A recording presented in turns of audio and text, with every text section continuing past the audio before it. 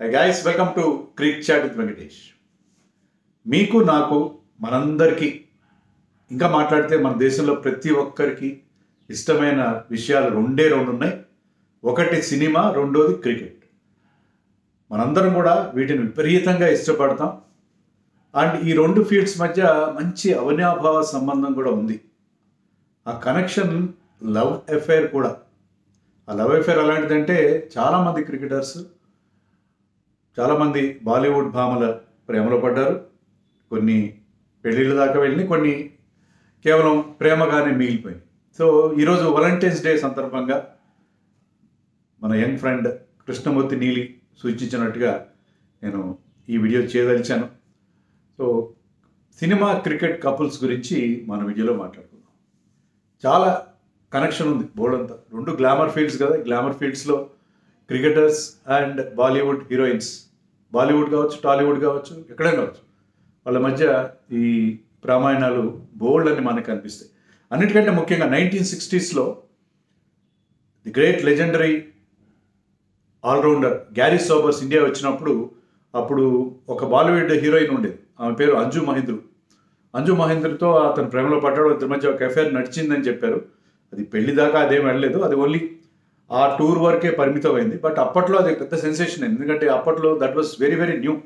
అలాంటి సెలబ్రిటీస్ మధ్య ఒక లవ్ అఫేర్ అనేది చాలా చాలా కొత్త విషయంగా అప్పట్లో భావించారు. అలాగే మనకు తెలుసు కదా, ఫేమస్ మ్యారేజ్ బిట్వీన్ ఒకప్పటి India captain Mansoor Ali Khan Pataudi, tiger Pataudi అంటారు కదా, టైగర్ అండ్ టాగోర్, షర్మిలా ఠాగూర్ మధ్య వివాహం 1968లో జరిగింది.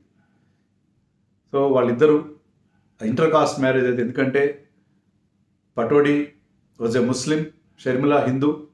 సో వాళ్ళిద్దరి మధ్య మ్యారేజ్ జరగడం, ఒకరు బెంగాలీ, మరొకరు మధ్యప్రదేశ్ అండ్ హైదరాబాద్ కనెక్షన్ కూడా ఉంది తల్లి తరఫు నుంచి అతనికి. సో అది అప్పట్లో చాలా పెద్ద సంచలనమైన మ్యారేజ్ అది. వాళ్ళిద్దరికీ అది మెయిన్ థింగ్. తర్వాత అదే అప్పట్లోనే మనకి టాక్ కూడా వచ్చింది ఏంటంటే, వెంకట్రాఘవన్ ఒకప్పటి మన స్పిన్ బౌలర్ హేమమాలిని పెళ్లి చేసుకుంటాడు అని ఒక టాక్ వచ్చింది. అది ముందుకెళ్ళలేదు మరి ఆ వ్యవహారం. అలాగే ఒకప్పటి సినీ నటి, తర్వాత మాజీ తమిళనాడు సీఎం జయలలిత కూడా, ఆవిడ ఒక ఇంటర్వ్యూ ఇచ్చారు. సిమి గరేవల్ ఇచ్చిన ఇంటర్వ్యూలో ఆమె ఏం చెప్పాడంటే, I use to have a massive crush on India captain, అప్పటి ఇండియా కెప్టెన్ నారీ కాంట్రాక్టర్ మీద చాలా క్రష్ ఉండేది. అతని ఆట అతన్ని చూడడం కోసం నేను స్టేడియంకి వెళ్ళేదాన్ని చెన్నైలో అని చెప్పి జయలలిత ఆ ఇంటర్వ్యూలో చెప్పారు. సో ఈ కనెక్షన్ చాలా ఓల్డ్ కనెక్షన్. మనం దీంట్లో మాట్లాడుకుందాం. ముందుగా Pataudi and Sharmila Tagore 60s, early 60s, 64 అనుకుంటా, ఒక ఫంక్షన్లో కలిశారు. ఆఫ్టర్ మ్యాచ్ పార్టీలో కలిశారు. పటోడి చెప్పాడు, నీ సినిమాలు నేనేం చూడలేదని చెప్పాడు. షర్మిల చెప్పింది, I have no interest in cricket. కానీ వాళ్ళిద్దరూ ఒక instant liking, love at first sight అంటారు, ఇద్దరికి ఒక లైకింగ్ ఏర్పడింది. తర్వాత వాళ్ళ మధ్య ఫ్రెండ్షిప్ కొనసాగింది. And Pataudi try to impress her. ఆమె చాలా గిఫ్ట్స్ పంపించాడు, ప్రపోజ్ చేశాడు. ఆఖరికి ఎక్కడ ప్యారిస్లో ప్రపోజ్ చేశాడు. She accepted. అది ఒక 3-4 ఏళ్ల తర్వాత ఇదంతా జరిగింది. సో వాళ్ళిద్దరు ఫ్యామిలీస్ కూడా అబ్జెక్షన్ పెట్టారు. ఎందుకంటే షర్మిల ఫ్యామిలీ ఒక ముస్లిం ఫ్యామిలీ అవ్వడానికి వాళ్ళు ఇష్టపడలేదు. అలాగే పటోడి ఫ్యామిలీ ఒక ఫిల్మ్ స్టార్ని, ఫిల్మ్ యాక్టర్స్ని కోడలుగా తెచ్చుకోవడానికి ఆర్థడాక్స్ నవాబీ ఫ్యామిలీ వాళ్ళు కూడా ఇష్టపడలేదు. బట్ వాళ్ళిద్దరి పేరెంట్స్ని కన్విన్స్ చేసి వాళ్ళు పెళ్లి చేసుకున్నారు. చాలా స్టీరియోటైప్స్ కూడా వాళ్ళు బ్రేక్ చేశారు. ఎందుకంటే పెళ్లి 68 అయితే 67లో Sharmila Tagore became the first Indian actress to wear a bikini వేసుకుని నటించిన మొట్టమొదటి ఇండియన్ ఫిల్మ్ స్టార్ అయింది. ఫిల్మ్ఫేర్లో ఆమె బికినీ ధరించిన ఫోటో కూడా అప్పట్లో దాన్ని పబ్లిష్ చేశారు. సో దానివల్ల చాలా పెద్ద గొడవ, అంటే చాలా అప్పట్లో పెద్ద సెన్సేషన్ అయింది. అది పటోడి దాకా. Pataudi actually was playing for Sussex in London. అక్కడ ఆడుతున్నాడు, ఇంగ్లాండ్లో ఆడుతున్నాడు. అతను ఈమెమో ఈవినింగ్ ఇన్ ప్యారిస్ కోసం షూటింగ్ చేస్తుంది. ఎక్కడంటే ప్యారిస్లో.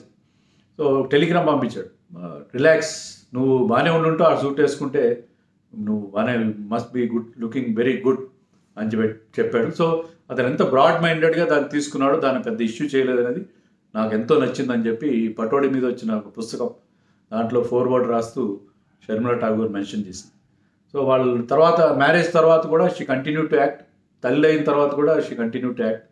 సో వాళ్ళు ఆ మ్యూచువల్ రెస్పెక్ట్, ఆ మ్యూచువల్ స్పేస్ ఇద్దరికి ఉండడం అనేది మనకి ఆ రిలేషన్షిప్లో మనకి బాగా నచ్చిన విషయం. So Pataudi gentlemen, thorough gentlemen and one of the most influential characters in Indian cricket history. Unfortunately వాళ్ళ కుమారుడు సైఫ్ అలీ ఖాన్ తల్లి బాటలో సినిమా స్టార్ అయ్యాడు తప్ప క్రికెట్ వైఫ్కి రాలేదు. అదొక్కటే మనకి బాధ. ఎందుకంటే పటోడి, మన్సూర్ అలీ ఖాన్ పటోడి తండ్రి ఇఫ్తిఖార్ అలీ ఖాన్ పటోడి కూడా ఇండియా క్యాప్టెన్ చేశారు, ఇంగ్లాండ్ తరఫున కూడా క్రికెట్ ఆడాడు. సో వాళ్ళిద్దరి వారసత్వాన్ని సైఫ్ పురికి పుచ్చుకోలేకపోయాడు. అదొకటే మనకి వరీయింగ్ ఫ్యాక్టర్. తర్వాత మనకి రీనా రాయ్ గురించి మీకు తెలుసలేదు. హీరో లాంటి సినిమాలు, హీరో కాదు సరే, చాలా సినిమాల్లో హీరోయిన్గా నటించింది రీనా రాయ్, ఒకటి Bollywood heroine. She married Pakistani cricketer Mohsin Khan, ఒకప్పటి పాకిస్తానీ ఓపెనింగ్ బ్యాట్స్మెన్ మొహసిన్ ఖాన్ని మ్యారేజ్ చేసుకుంది. ఇది కూడా హిందూ ముస్లిం మ్యారేజే. సో ఆమె పాకిస్తాన్ వెళ్ళి అక్కడ స్థిరపడింది రీనా రాయ్. సో అది కూడా అప్పట్లో ఒక సెన్సేషనల్ అయింది. తర్వాత మరొక హిందూ ముస్లిం వివాహం, అజరుద్దీన్ సంగీత బిజ్లానీ. అఫ్కోర్స్ అతను అజరుద్దీన్కి సెకండ్ మ్యారేజ్. సో వీళ్ళిద్దరూ ఒక రామోలిన్ అని చెప్పి అప్పట్లో స్పోర్ట్స్ స్టార్లో వాటిలో వచ్చేది ఒక యాడ్ షూట్లో కలిసిన తర్వాత వాళ్ళిద్దరి మధ్య ఫ్రెండ్షిప్ చాలా రోజులు కొనసాగింది. కొన్నిసార్లు వాళ్ళు దేవర్ స్పాటెడ్ టుగెదర్. అప్పుడు ఎవరైనా ఫోటోలు తీస్తే వాళ్ళ మీద అజరుద్దీన్ వాళ్ళ మీద కోపడడం, ఇలాంటివన్నీ చాలా ఇన్సిడెంట్స్ జరిగినాయి. తర్వాత ఐ థింక్ వాళ్ళిద్దరూ మ్యారేజ్ చేసుకున్నారు. ఎప్పుడు చేసుకున్నారు? 1996లో మ్యారేజ్ చేసుకున్నారు. సెకండ్ మ్యారేజ్ చేసుకున్నాడు అజర్. బట్ 2010లో మళ్ళీ వాళ్ళిద్దరికి డివోర్స్ అయిపోయింది, సంగీత బిజ్లానీ అండ్ అజరుద్దీన్. సో అది కూడా మనకి అప్పట్లో వాళ్ళిద్దరి మధ్య మనకి అనిపిస్తుంది. తర్వాత నీనా గుప్తా, వివ్ రిచర్డ్స్, ఇది ఇంకా ముందుదే, అజర్ కంటే ముందుది. But Neena Gupta, Viv Richards వీళ్ళిద్దరూ మ్యారేజ్ చేసుకోలేదు. But Neena had a daughter from Viv Richards, Masaba. దీని గురించి వీడియో కూడా చేశాను నేను. Masaba is also acting in films no. అదే పేరుతో ఒక సినిమా కూడా వచ్చింది ఆమె పేరుతో, Masaba. So Neena Gupta, Viv Richards కూడా అప్పట్లో చాలా పెద్ద సెన్సేషన్ మనకి అనిపించింది. తర్వాత ఇంకా ప్రజెంట్కి వస్తే మనకి చాలామంది కనిపిస్తారు కదా. యువరాజ్ సింగ్ మ్యారీడ్ హేజల్ కీచ్ అనే ఒక బ్రిటిష్ యాక్ట్రెస్ అండ్ మోడల్ చేసుకున్నాడు. హేజల్ అయితే తెలుగు సినిమాల్లో కూడా కిక్ అండ్ కృష్ణం వందే జగద్గురు లాంటి సినిమాల్లో ఐటమ్ నెంబర్స్ చేసినట్టుగా ఉంది. అండ్ హర్భజన్ సింగ్ గీతా బాస్రాని చేసుకున్నాడు. జహీర్ ఖాన్, సాగరికా ఘట్కే మనకి చెక్ ద ఇండియా లాంటి సినిమాలు నడిచిన. అండ్ తాజాగా మనకి కేఎల్ రాహుల్, అతియా శెట్టి, సునీల్ శెట్టి డాటర్ని చేసుకున్నాడు. ఆమె కూడా 2-3 సినిమాల్లో యాక్ట్ చేసింది. అండ్ అన్నిటికంటే అబోవ్ ఆల్ మనకి గుర్తుకొచ్చేది Virushka, Virat Kohli and Anushka marriage, high profile marriage. వీళ్ళిద్దరూ కూడా అజర్ సంగీత లాగానే వీళ్ళిద్దరు కూడా ఒక యాడ్ షూట్లో, ఒక షాంపూకి చెందిన యాడ్ షూట్లో వాళ్ళిద్దరికి పరిచయం అయింది. ఎప్పుడు 2013లో. అప్పటి నుంచి వాళ్ళకి ఆ ఫ్రెండ్షిప్ కొనసాగింది. బట్ చాలామందిలాగా వీళ్ళు దాన్ని సీక్రెట్గా ఉంచలేదు. వాళ్ళు ఓపెన్గా చెప్పారు, వీఆర్ ఇన్ ఏ రిలేషన్షిప్ అని ఓపెన్గా చెప్పారు. And Anushka used to come to Virat Kohli's matches and Virat Kohli used to go to her shoots. ఆమె జరిపే సినిమా షూటింగ్కి వెళ్తుండేవాడు. సో అలా వాళ్ళిద్దరి మధ్య కంటిన్యూ అయింది. 2014లో మన హైదరాబాద్లోనే ఒక మ్యాచ్ ఆడినప్పుడు 50 కొట్టిన తర్వాత ఐ థింక్ ఈ scored 6,000 runs also, completed 6,000 runs in that match. అప్పుడు ఒక ఫ్లయింగ్ కిస్, అటు అనుష్క కూర్చున్న వైపు దానికి ఫ్లయింగ్ కిస్ ఇవ్వడం కూడా, అంటే ఓపెన్. వాళ్ళే దాన్ని they are not secretive about it. అది నచ్చిన విషయం ఏంటంటే వాళ్ళు దాన్ని ఏదో దాపరికంగా పెట్టలేదు. వాళ్ళు వీఆర్ ఇన్ ఏ రిలేషన్షిప్, అంటే ఇది ఒక మోడర్న్ డే కాన్సెప్ట్గా వాళ్ళు వీఆర్ ఇన్ ఏ రిలేషన్షిప్ అని చెప్పి ధైర్యంగా వాళ్ళిద్దరు చెప్పారు. ఎలాంటి దాచిపెట్టే ప్రయత్నం వాళ్ళిద్దరూ చేయలేదు. అయితే 2016లో వీళ్ళిద్దరి మధ్య చిన్న పొరపచ్చాలు వచ్చినట్టుగా ఉన్నాయి. కొంతమంది ఏంటంటే వీళ్ళిద్దరు అన్ఫాలో అయ్యారు సోషల్ మీడియాలో ఒకరినొకరు. మళ్ళీ ఆ బాండ్ మాత్రం కొనసాగింది. దానివల్ల తర్వాత I think they have realize that how they miss each other. So next ఇయర్లోనే 2017లోనే వాళ్ళు మ్యారేజ్ చేసుకున్నారు. December 11th టస్కనీ ఇటలీలో ఒక డెస్టినేషన్ వెడ్డింగ్ చేసుకున్నారు. మీడియా గ్లేర్ నుంచి పూర్తిగా పక్కన పెట్టారు. మనకు ఏదో కొన్ని ఫొటోస్ వచ్చినాయి తప్ప వాళ్ళిద్దరూ అది ఒక మీడియా ఈవెంట్ చేయలేదు. కేవలం ఫ్యామిలీ అండ్ ఫ్రెండ్స్, చాలా సెలెక్ట్ ఫ్యామిలీ అండ్ ఫ్రెండ్స్ మాత్రం వాళ్ళ మ్యారేజ్కి అటెండ్ అయ్యారు 2017లో. సో అనుష్క అండ్ విరాట్ కోహ్లీ చాలా ఓపెన్గా వాళ్ళ రిలేషన్షిప్ని, సో అది రైట్ థింగ్. ఎందుకంటే ఇవి దాగవు, మళ్ళీ అనవసరంగా వేరే వాళ్ళు ఫైండ్ అవుట్ చేసే కంటే వాళ్ళు, ఎందుకంటే they wanted to marry each other కాబట్టి వాళ్ళు దాన్ని ఓపెన్గానే చేశారు. That is very very good thing అని నేను అనుకున్నాను. అయితే ఇవన్నీ ఏంటంటే సుఖాంతాలైన ప్రేమ కథల గురించి మనం మాట్లాడుకున్నాం. Except maybe Anju Mahendra and Sobers సంబంధించింది. And Neena Gupta, Richards, of course they continue to, Richards ఎప్పుడు ఇండియా వచ్చినా కూడా నీనా గుప్తా దగ్గరికి వెళ్తాడు. They are in very good relation. And his daughter also use to visit Caribbean and meet her father. Success కానివి ఏంటంటే మనం first గుర్తుకొచ్చేది రవి శాస్త్రి, అమృత సింగ్. బేతాబ్ లాంటి సినిమాల్లో హీరోయిన్ నటించిన అమృత సింగ్, రవి శాస్త్రి మధ్య చాలా సీరియస్ ఎఫ్ఐఆర్ నడిచింది. The got engaged also, engagement కూడా అయింది. తర్వాత ఎందుకో వాళ్ళిద్దరి మధ్య విభేదాలు వచ్చింది. మనకి వస్తున్న న్యూస్ ఏంటి, రవి శాస్త్రి కూడా ఒక సందర్భంలో చెప్పాడు, I wanted a house wife. భార్య మ్యారేజ్ అయిన తర్వాత సినిమాల్లో యాక్ట్ చేయడం నాకు ఇష్టం లేదు, ఎందుకంటే ఫ్యామిలీ చూసుకోవాలని చెప్పి. నేను my call my male chauvinist, but still that is my intention అని చెప్పాడు. But Amrita wanted to act in films. So వాళ్ళ మ్యారేజ్ దాకా వెళ్ళని ప్రేమ వ్యవహారంగా అది మారిపోయింది. She married Saif Ali Khan and Ravi Shastri married another girl Ritu.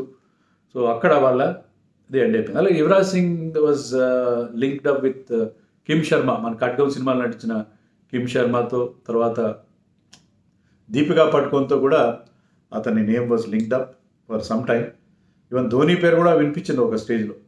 ధోనికి యువరాజ్కి మధ్య ఏదో విభేదాలు వచ్చినాయి దీపికా విషయంలోనూ కూడా మనకి అప్పట్లో 2007 వరల్డ్ కప్ టైంలో మనకి ఏదో టాక్ వినిపించిన అన్నమాట. అలాగే రోహిత్ శర్మ విషయంలో కూడా సఫియా హయాత్ అనే ఒక యాక్ట్రెస్తో అతను ఒక అఫైర్ ఉండేదని అనేవారు, but there was no continuity. అలాగే శాంతకుమార్ అండ్ శ్రీశాంత్, నికేష్ పటేల్ కొమరంపులి హీరోయిన్తో కూడా అతనికి ఒక ఎఫ్ఐఆర్ ఉన్నట్టుగా మనకి అప్పట్లో వార్తలు వచ్చాయి.